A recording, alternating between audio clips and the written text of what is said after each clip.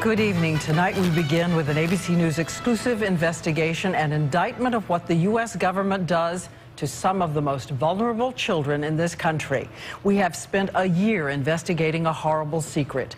Tens of thousands of foster care children, even infants, given powerful mind-altering drugs and at times in doses and combinations considered too risky even for adults.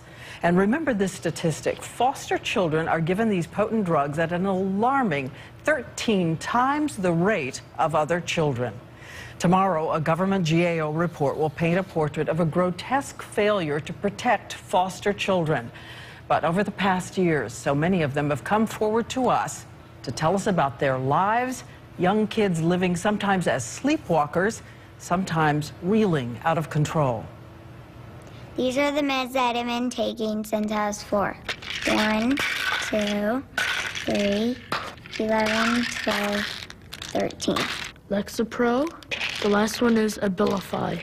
All their medications, they made me feel as if I had 1,000 bricks on my head. They are tiny witnesses who came out of the shadows to tell and show us the mountain of potent drugs, antidepressants, antipsychotic drugs they were given in America's foster care system. I was just a zombie. Keep in mind, these are children who've already been dealt a hand from hell, in homes of neglect and abuse, bounced from foster home to foster home. I were in 28 homes. I felt sad because no one would keep me or love me. Consider the case of 7-year-old Brooke, taken from a drug-addicted mother, just 43 pounds, but given 5 mind-altering drugs at the same time, a combination that is deemed too risky even for adults.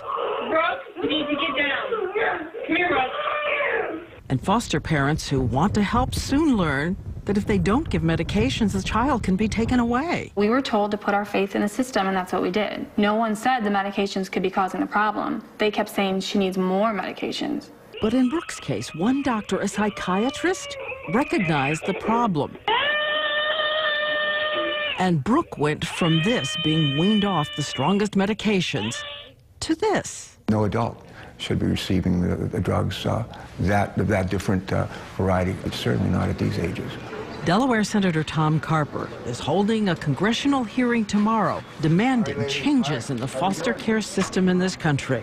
Parallel to the year-long ABC News investigation, the GAO report, which found in some cases psychotropic drugs were given to infants, even though there is no idea what the long-term effects of these drugs could be on a child's developing brain. And the report found in 5 states alone, out of 100,000 foster kids, 26,000 were on some form of psychotropic drugs. How is it happening? When you don't have the time, the quick rush to judgment is the answer is a pill. Michael Perino, prominent child advocate, says these children are issuing a cry for help. When we read that foster kids are medicated up to 13 times more than other kids, is it because they are a more troubled population? They are troubled, yeah. There is no question that foster kids can be troubled, very troubled. Given what they've gone through, the answer isn't to always try to change their brain chemistry. Medications that can keep a child from his life. Look at 11-year-old Chianti, prescribed 12 medications over the course of 4 years for conditions doctors now say he didn't have. I'm not ADHD, I'm just naughty. I am not bipolar at all. This is footage of Chianti trying to come off these medications. And this is Chianti today. He's in honors classes at school, and he got one prescription that heals beyond imagining. Chianti has been adopted. Now you're part of the family. Which takes us back to Brooke. Remember her? She too has a permanent hug, a mom, a dad, a home. Yeah, you hug all the anger out, right? She just hugs and hugs and hugs and gets all the anger out. So who is responsible? And by the way, your taxpayer dollars are paying for this. Medicaid pays for these drugs.